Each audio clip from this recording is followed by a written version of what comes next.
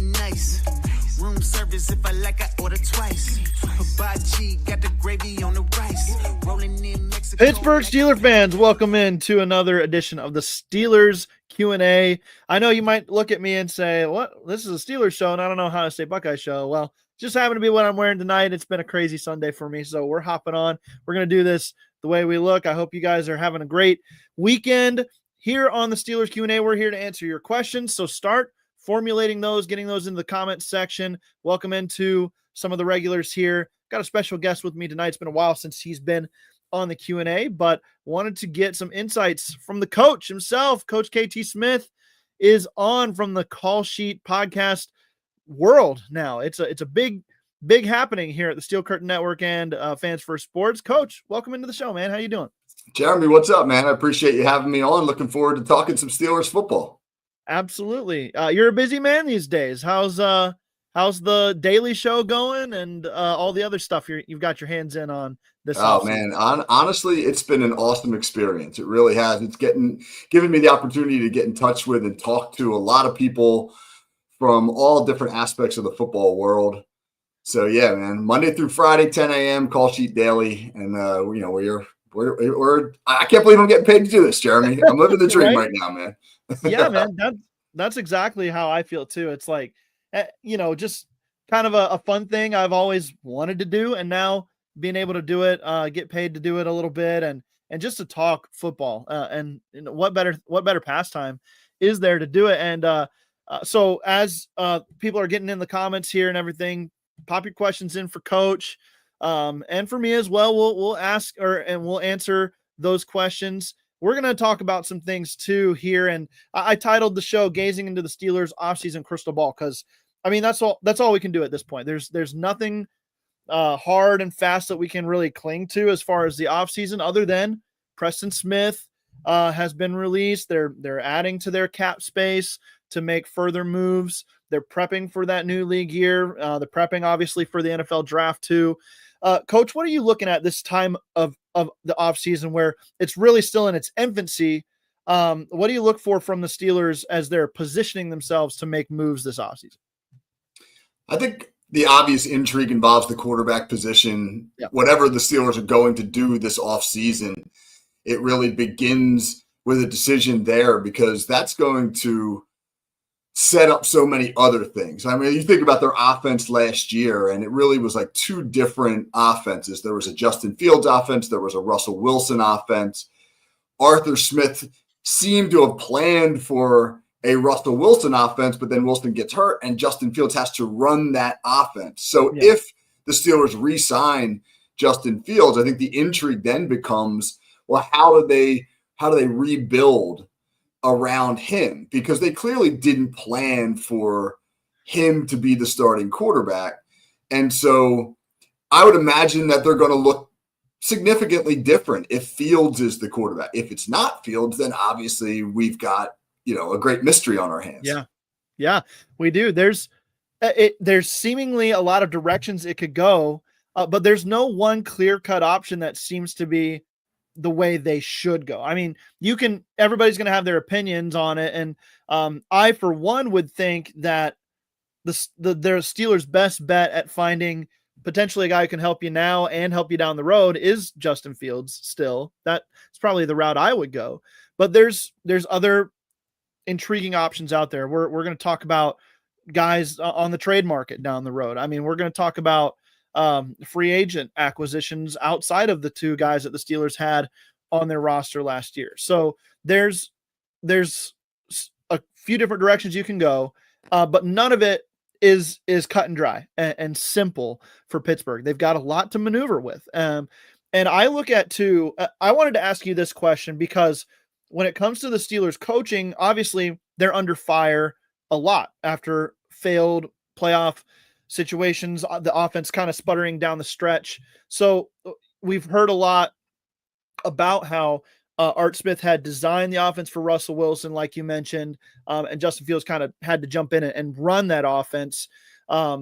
Is that short-sightedness on the part of the Steelers and Mike Tomlin and Arthur Smith to be so pegged and zoned into one guy that you can't pivot to a different style quarterback in Justin Fields, or is it just that's the way it works? You got to work with what you've got, and the Steelers did the best they could. Well, if we think about it back to a year ago from where we are right now, Kenny Pickett was the Steelers quarterback.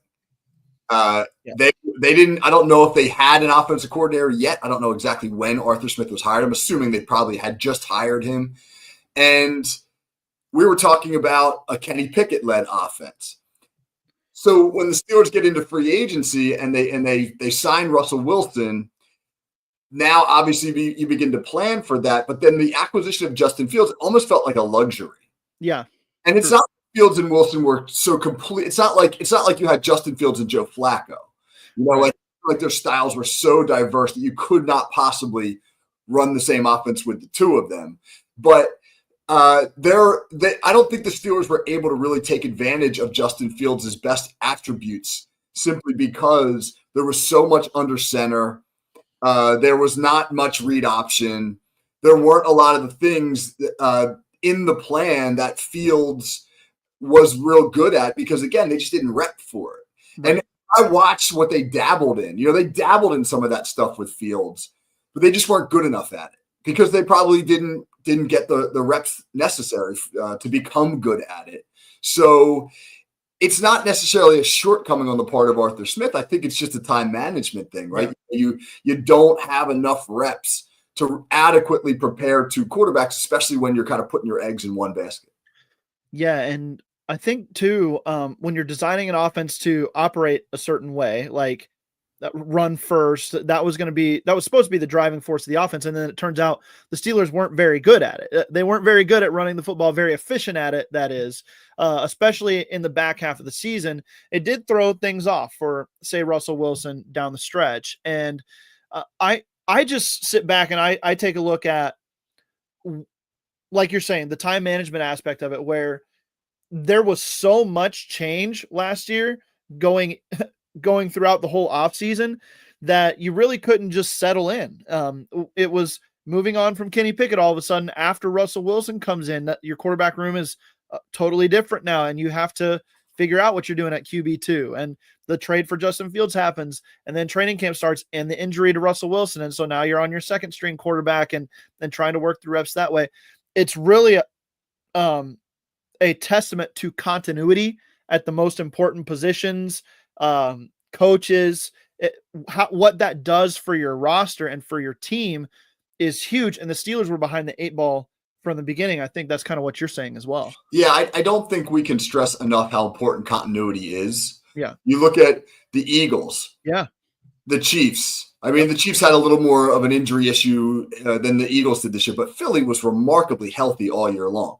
It's amazing Saquon Barkley had the workload that he had. Yeah. And didn't miss any significant reps. Now you look at the Steelers, new coordinator, new quarterback. The new quarterback gets injured, so they have to go to the other new quarterback. New center. They lose James Daniels in week 3. They got to have a new right guard. They got new number 2 receiver. I mean, there was a ton of turnover there. And so I don't know. I think that they were able to mask it for a little while. But ultimately, when teams got a pretty good beat on what they were doing, it caught up to them. Yeah, I agree with that.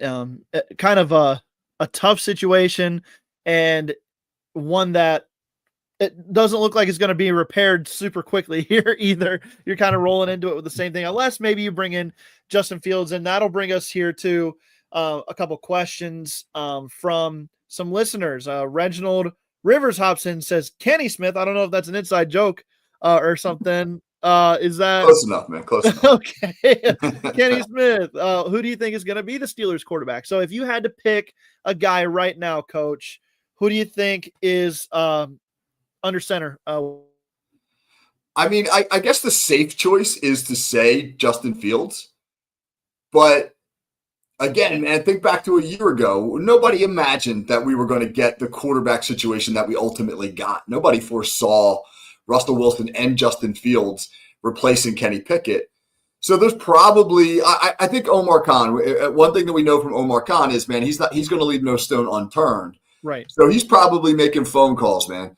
And you know, you start to hear things a little bit like Matthew Stafford's name. Are the Steelers perhaps in play with Stafford maybe kind of wanting to get out of LA? Are the Steelers in play in that area? Would the Steelers look to sign Sam Darnold? I don't know. I think it's almost impossible to be able to project what Khan is going to do. The safe answer, I think, is Fields, but the safe answer the last couple of years really hasn't been the answer. Yeah. And when you talk about the decision there, it all goes back to how the Steelers view themselves, in my opinion. And to me, that is always build a contender for this year, who can win this year. And so when I think of the quarterback options for Pittsburgh, while there would be, I guess, some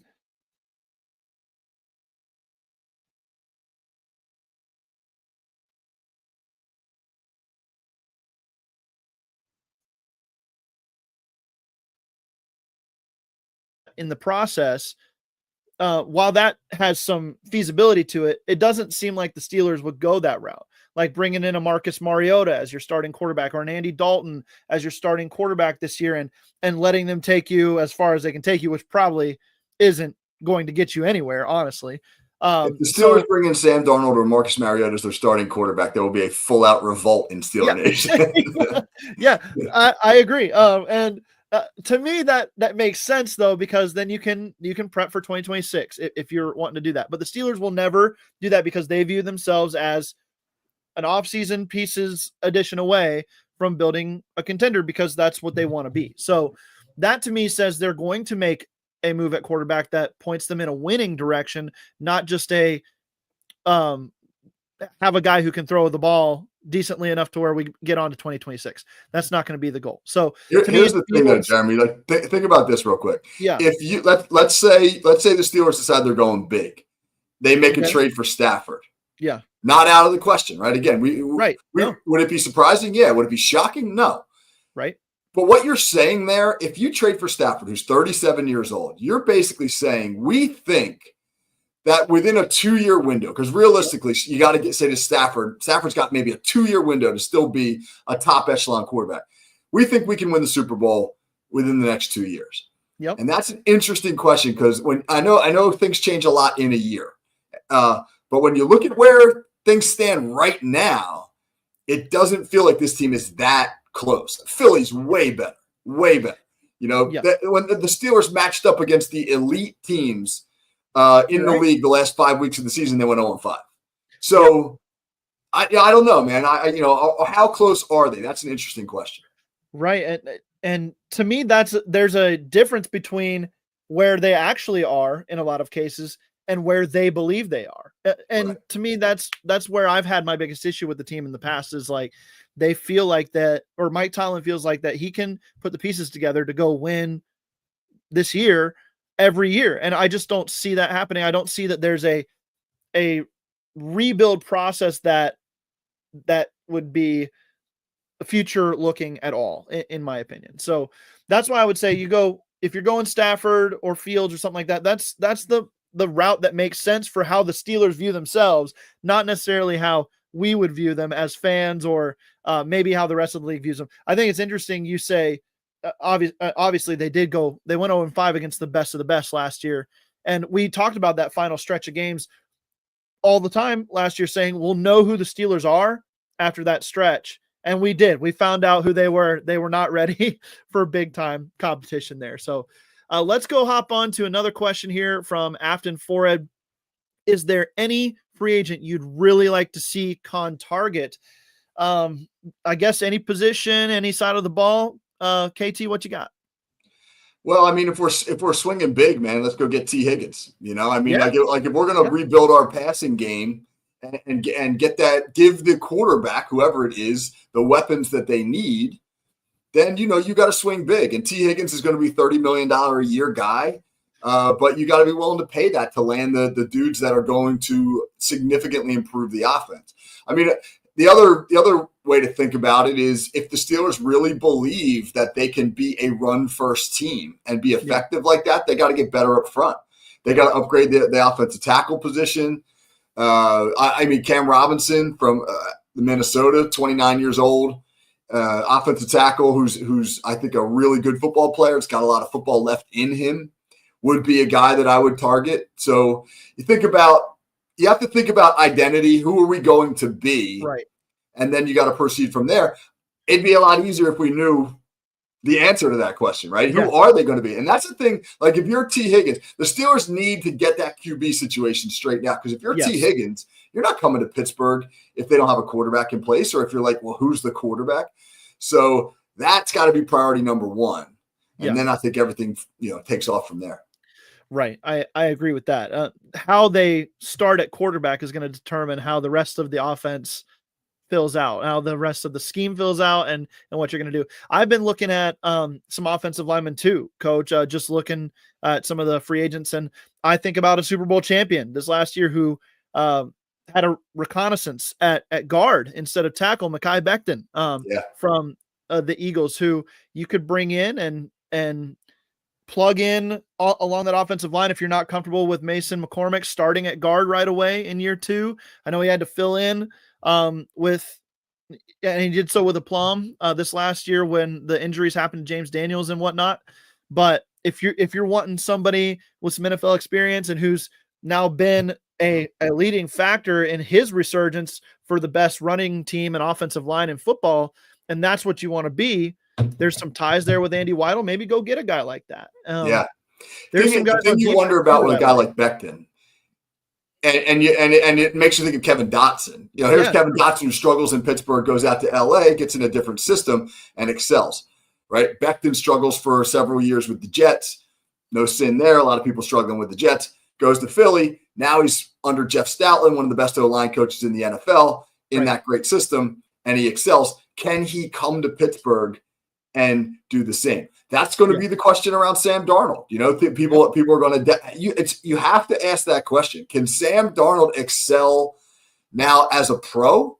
Right. Can he come to Pittsburgh and be the Sam Darnold we saw this year, or is that a Kevin O'Connell system thing?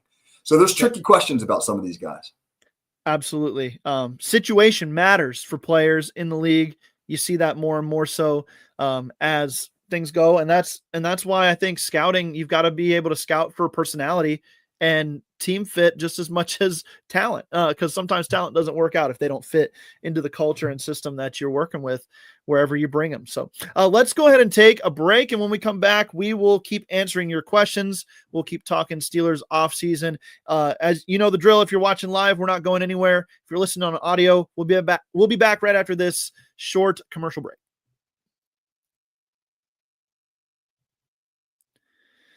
And we're back here on the Steelers Q&A. It's Jeremy Betts and special guest, Coach KT Smith, Call Sheet World podcast. This is a fun offseason because there's so many unknowns. If you're looking at the Steelers as a team that you want to see improve on what they did last year, there's obviously room for improvement, that there's ways they can go for that. If you're viewing the Steelers as a team in transition still and just kind of on the fence about a bunch of things, then we're going to see a lot in the coming days and weeks and months about where this team is going. I want to kind of switch some talk to the draft, Coach. I don't know if you've dived into it too much. Do you have a few position groups that you'd like to highlight that are really strong that might fit some of the needs of the Steelers this year? Well, I think we look at what the Steelers need, and you've got some holes, obviously, on the defensive line. They got to get better up front. I think they have to upgrade at corner. I'm in the process of doing a big Minkah Fitzpatrick film breakdown right now. And one of the things I see is a lot of miscommunication between the safeties and corners, guys not getting on the same page. And I don't know if that's because you had a lot of new pieces in the secondary. 3 out of the, Porter and Fitzpatrick were back, but you had a playing partner for Fitzpatrick, a new starting corner. They need depth at the corner position. Yes. They need depth at the running back position. If Najee Harris moves on, then they're going to have to bolster the running back position. I don't think the free agent crop is great. I think there's a lot of really good running backs in the draft. I'd love to see the Steelers take a swing at a second round running back, because I think there's going to be a lot of really good ones in that 40, 50, 60 range. So yeah, man, D-line, corner, running back. Those are three areas. And obviously wide receiver. Those are some areas I'd target in the draft for sure. Yeah, and I think that there's like as you're talking running backs, there's a great crop of running backs. You can find guys that can help you out right away in the middle of this draft. It doesn't have to be a first or second round pick even to find difference makers. And you've already got a guy probably coming back in Jaylen Warren on the restricted tender that makes a lot of sense for your offense and can kind of be the lead back while you bring somebody along. I think if you don't go with Najee Harris, I do think that the Steelers would be better suited to spend their free agent money on a different position than running back because the talent pool is so strong in the draft. Wide receiver, I think you're going to have to double dip there, free agency and the draft. I think you could do that at offensive line and defensive line. I wouldn't hate a strong push on both sides of the trenches there. So yeah, I agree. And the defensive line group looks really good. I don't know if you've seen this nose tackle crop, Coach, but there's a lot of big guys that could jump in and fill the middle of the field for the Steelers on defense and kind of push Keanu Benton maybe back out to his more natural spot on the 3 tech. And we'll see how the Steelers want to order things around, I guess. But to me, there's some guys that fill specific needs for the Steelers. I think this is a good safety / nickel corner crop as well. It seems like these college safeties a lot of them are just nickel guys that can kind of move back and forth. They're hybrid guys. So I do agree. I think that there's a few positions that the Steelers can target here. We've got a question from Afton again. Can the new DB coach fix those miscommunication issues you were talking about? Adding new pieces, obviously, like you're going to do, and then bringing back the vets. Do you think, is it Gerald Alexander? Is that that's his name, right? Gerald Alexander. Yep, Gerald Alexander. He was the Steelers coach before on the DBs. How do you see him fitting in? Yeah, good question. I mean, here's what I noticed. I noticed the most common mistakes were made when the Steelers were trying to disguise coverage. So let's say they lined up in like a 2-high shell, 2 safeties deep, and then they'll drop Minkah Fitzpatrick down at the snap and then rotate the corners back and one of the safeties to the middle of the field. So they'll rotate from like a 2-high to a 3-high look, something like that. Yeah. Somewhere in that process of moving pieces and changing your pre-snap to your post-snap look, there would be a miscommunication. There would be somebody not getting to where they needed to get to. There's a play against the Commanders where Terry McLaurin takes an RPO, a little slant, 50-some yards, because the Steelers line up in a 2-high and they try to rotate to a 3-high look, and Fitzpatrick just doesn't get there fast enough. It looked like the rotation was late. I don't know if that's like they didn't rep it enough. Were they not all on the same page? Did the DB coach not drill it well enough? Is that a Terrell Austin thing? Is that a design thing? You know, I think the one thing I do remember about Gerald Alexander is he's a guy who stressed fundamentals. Yeah. Maybe he can get Joey Porter to be a little less handsy. Maybe he can get those guys to rotate a little bit faster if they want to use those looks. Because, you know, that's the kind of stuff the good teams don't do, man. You know, like the best teams don't have those kind of breakdowns. They are fundamentally sound. One of the things about Philly, you got that Vic Fangio system. I mean, they look the same on 90% of the snaps. I mean, and then they're able to move into whatever look he wants to get him into seamlessly. And it fooled Patrick Mahomes. It fooled a lot of great quarterbacks. Yeah.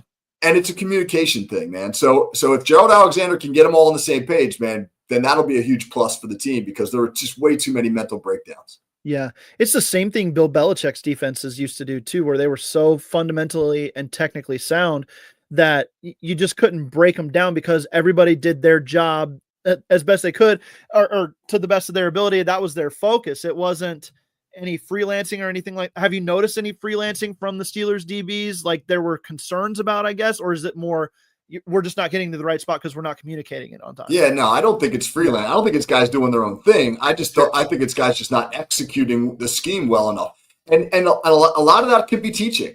You know, as a coach, man, your job, it's not what you know. That's not the thing that is going to make you successful. It's what you can get your players to execute well. And Terrell Austin, Mike Tomlin, these are veteran coaches. They know an awful lot of football. They can probably X and O with the best of them.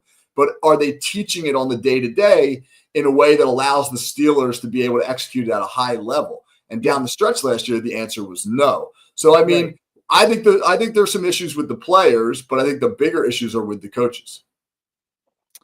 Good stuff. Here's a question from Jamie Carlo. Coach, do you think trenches are going to be an emphasis in the draft or on the free agent market, or both? What do you think?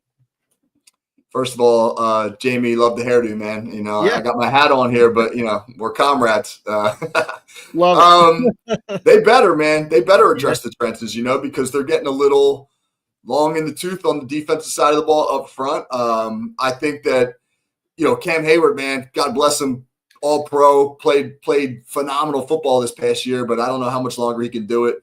Yeah. Ogunjobi, I think, is probably a guy that you could see the Steelers cut loose to, clear some cap space. I think you made a good point, Jeremy, about getting Benton back more to the 3 tech where he's a little more comfortable. The 4-eye, the Steelers run that tight front.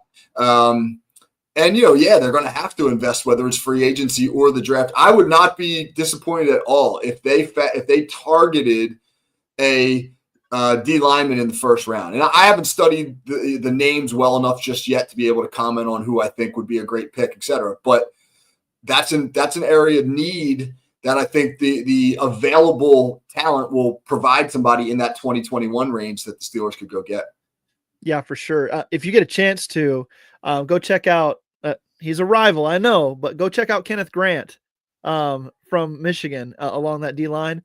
I bet he plays at 360. He's listed at 340, but that guy moves like you wouldn't believe for a guy his size. So if you get a chance, go check out Kenneth Grant. He's got some high upside, I think. And he would be a guy that you probably wouldn't take at 21, but you'd take him in the first couple rounds potentially.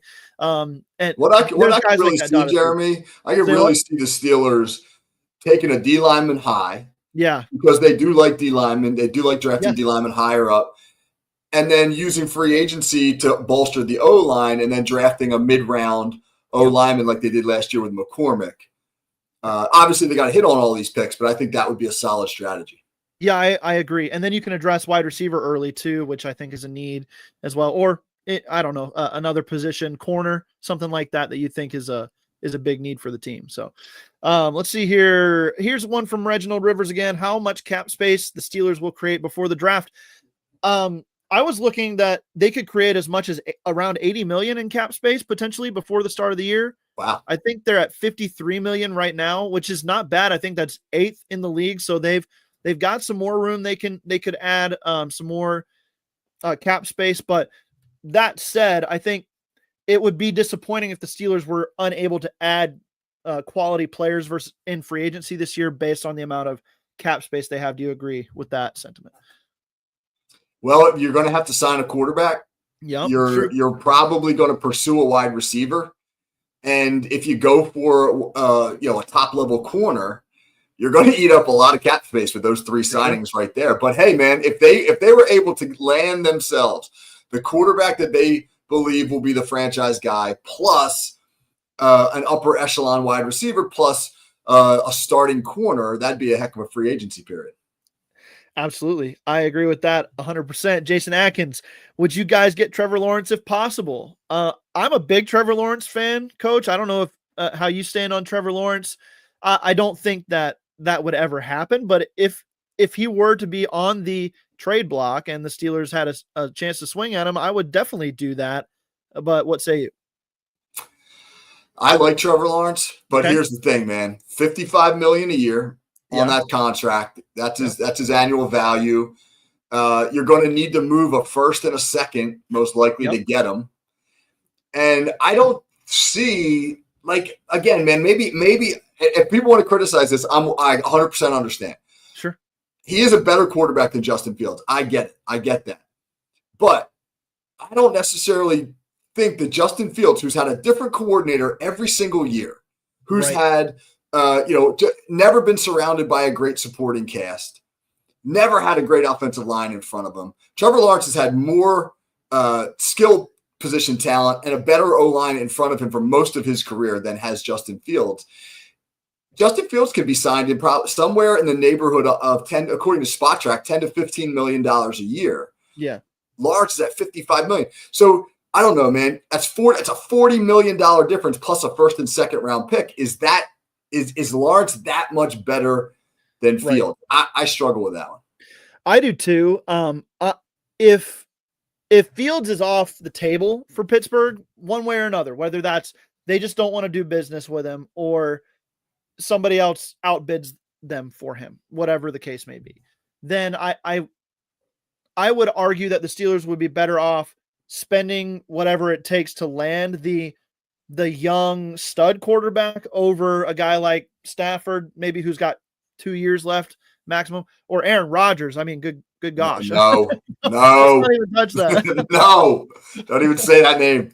I feel terrible for even putting that on the airwaves in this show. So I should take that back while I can, but let's see here. There was another question I wanted to get to. Oh, this is a fun one too. Reginald Rivers, do you think we trade any players on the current roster? I've had some thoughts about this. I thought Minkah Fitzpatrick could be somebody you move potentially after the year he had, but you'd have to get the right deal for that. I don't know if you would ever trade Isaac Seumalo. I don't know if there's anybody else that makes sense. A pass rusher, maybe. That's swinging outside my comfort zone, I think. I think you got to ask yourself this question. If the Steelers are trading somebody, it probably means that they feel like they're pretty deep at that position group. Where are the Steelers deep enough to be able to move a guy? Because you're not making a lateral trade, right? You're not trading a linebacker for a linebacker. Yeah, exactly. Unless you're just blown away by the offer. But so most likely you're trading a position that you feel you're deep at for a position of need. I just don't know where that is, man. And, would you trade a young kid like Peyton Wilson? Probably not. No. Would you trade a Landon Roberts? If you thought Peyton Wilson was ready to step up and start alongside Patrick Queen, would you trade a Landon Roberts, who's an old school banger, who in a 4-3 scheme as a Mike backer might be attractive to some people. But I don't know. I just don't know if they have the depth to be able to move somebody who would be attractive to another team. Yeah, I agree. It would have to be a good blend of let's just throw out the name Minkah Fitzpatrick. If I'm trading Minkah Fitzpatrick, I need to get a pick back that I can replace him with. And you still don't feel comfortable with that necessarily unless you're getting younger and better there, or younger and a better scheme fit or something like that. And it's hard to see that as logical when you've got a Minkah Fitzpatrick on your roster already, unless you're just wanting to really whittle down that cap hit. It wouldn't blow my mind if they traded Minkah. It wouldn't blow my mind. I don't think he was as bad this year as people think. Again, man, I'm doing this big film study on him right now, and the Steelers used him overwhelmingly just as a deep center fielder this year. They didn't drop him into the box as much as they have in the past, and that's partly because Deshaun Elliott was great. That guy was great this year. I mean, he as a tackler, he set he had the highest tackling efficiency rate in the history of Next Gen Stats. They've never covered a defensive back with a high 98.6 tackling efficiency, which means he never missed tackles. So if you said, hey, we got a guy to play in the box who we really love, and all we need to do is go get a rangy center fielder, and we think we could part with Minkah. I see somebody on the chat wrote Fitzpatrick for Garrett. now that would be something. That would be something.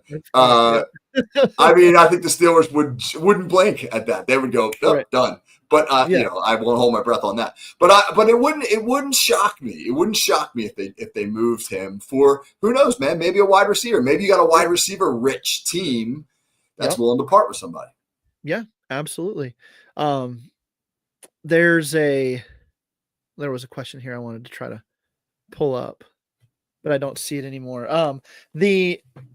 The quarterback conversation is the one that's going to dominate the offseason until a move is made there. But there are so many other areas where the Steelers need improving if they want to get into the same echelon as any of the contenders you want to talk about. Eagles, Chiefs, Bills, Ravens even. I mean, there's a ton of areas there. If you had to pick the spot outside of quarterback, where are you being the most aggressive? Is it wide receiver? Is it defensive line? Is it corner? Where are you going to be the most aggressive? It's wide receiver without a question, because here's why. The Steelers believe that they are a run-first football team. As long as Mike Tomlin is their head coach, That's going to be their identity. So how do you get better running the ball? Well, yeah, you could upgrade your offensive line, but that still doesn't solve the problem of running into stacked boxes. The Steelers were constantly running into defenses who had a +1, which means if we've got 7 guys up front to block, they got 8 defenders in the box. Yep. Teams were daring the Steelers to throw deep to their number 2 receiver. They were dropping a safety in the box. They were shading the free safety to Pickens so they could get sort of a de facto double on him. And then they were saying, go ahead, Van Jefferson. Beat us one-on-one with Van Jefferson. And they couldn't do it. They couldn't do it. So if you put T. Higgins on the other side, that dramatically changes the way the defenses have to approach the Steelers. Now you can't play with 8 guys in the box. You have to, play that second safety high. And now you got a hat on a hat. And if you go out and you find yourself a running back who can make teams pay for that, then I think that's a great recipe, man. You got to make defenses back off. They are not scared of Pittsburgh throwing the ball down the field. Yep. That seems to me like the shortcut to improving the offensive output the quickest, if you ask me, is adding a second dynamic receiver, whether he's better than George Pickens and he's your 1 and Pickens is your 2, or whether Pickens is kind of your 1, but you've got another dynamic guy that can do something else like a Z receiver, whatever you need out of that, or even a slot guy that can take over ball games, that type of guy. Then that makes sense to me. That's how you fast track this to working. And I like some of the stuff you had talked about with Arthur Smith, kind of spreading things out a little bit, say with Justin Fields, running a lot more of those RPOs. To me, that would open things up a lot. And I think that would be a way where you can improve your production pretty quickly if you're calling the right plays and guys are executing. Obviously, that has to happen as well. But adding a wide receiver, getting another running back who can help you out a little bit, even if your offensive line doesn't perfectly block everything, doing those 2 things and spreading it out a little bit with a guy like Fields, that sounds like a good recipe for better offensive production, which is what we know they need to try to jump the next step in the echelon of teams in the league. So yeah. Hey, all right, Coach. Jeremy, that comment on what Jason Adkins wrote there in the chat. Yeah. He said I'd take Will Howard in the 3rd round. Yeah, that's an interesting name. Yep. I had the pleasure of being on a field with Will Howard during one of his workouts. First of all, he's huge. He is a big dude. I think they listed him at like 6'5", 230. He's every bit of it. Sure. The Steelers like big quarterbacks. They like those sturdy guys in the pocket. He is unbelievably accurate. I mean, I saw that in his workout, man. He was putting the ball wherever he wanted to put it. And then that translated. You saw Ohio State in their championship run make a living throwing the ball in the middle of the field and that's something the Steelers just don't do. And we've been begging the Steelers to do it for years, take advantage of the middle of the field. But it's hard, man, when Russell Wilson's 6 foot tall or when a guy like Kenny Pickett is not experienced doing it. And you get a 6'5" guy with a strong arm who's really accurate, who's not afraid to throw in the middle of the field. I don't think Will Howard walks in as your starter as a rookie, but I think that's an interesting name who on day 3 of the draft, if he's still there, or maybe even in round 3, that the Steelers take a shot on. Yeah, he made my initial mock draft that I did for the Steelers for Steel Curtain Network. And I said basically the same thing. This is a guy who can hit every throw in the middle of the field with accuracy. And I don't know about you, but some of his touch balls over the middle, layering between linebackers and safeties, is really impressive for a guy that doesn't have the first round, even second round buzz of some of the other guys in this draft class. So he at least does something at an elite level. And if he can round out some of the other portions of his game, I don't see why he couldn't be a solid NFL quarterback, at least a solid career backup, but maybe with some more upside than that as well. So very good. One other thing you had mentioned Deshaun Elliott a little bit ago, and I wanted to say that I saw the stat on his tackles. He made 111 of 113 attempted tackles. That's incredible. That's just ridiculous. It's unbelievable. Yeah. So definitely a fantastic addition for the Steelers on free agency. If they can add a couple more guys like that this offseason, it would go a long way to improving their odds at being a better team come the end of things. All right, Coach, now's your chance. Go ahead and plug anything you've got. I appreciate you coming on the show. You've got a lot to plug, so let's hear it. Yeah, man. Call Sheet Daily drops Monday through Friday, 10 a.m. We do a different theme every day of the week. So tomorrow we're doing because it's President's Day, so we're doing a sort of a Mount Rushmore of football players there for President's Day tribute. But Wednesdays is our Whiteboard Wednesday. That's when we do all our scheme stuff. We do X's and O's. I always have coaches on. We do college football on Thursday. Trying to line up. Hopefully we'll get this done. But trying to line up one of the UNC coaches to talk about Belichick's staff and what's going on down there. So man, there's a lot going on, and I just if you love talking football or you're a football junkie like me, it's a short shows, 15 minutes, perfect for your drive to work. Absolutely. Great stuff, Coach. As always, follow him on X at KT Smith FFSN. Follow me on the same platform at the Bets 93. We love talking football, chatting Steelers, and sharing our bits of information that we like to give on the old X Twitter files. So that's going to do it for us here on the Steelers Q&A. Coach, appreciate you. Thanks for tuning in. All the listeners, thank you for your questions. We'll talk to you next time here on the Steelers Q&A.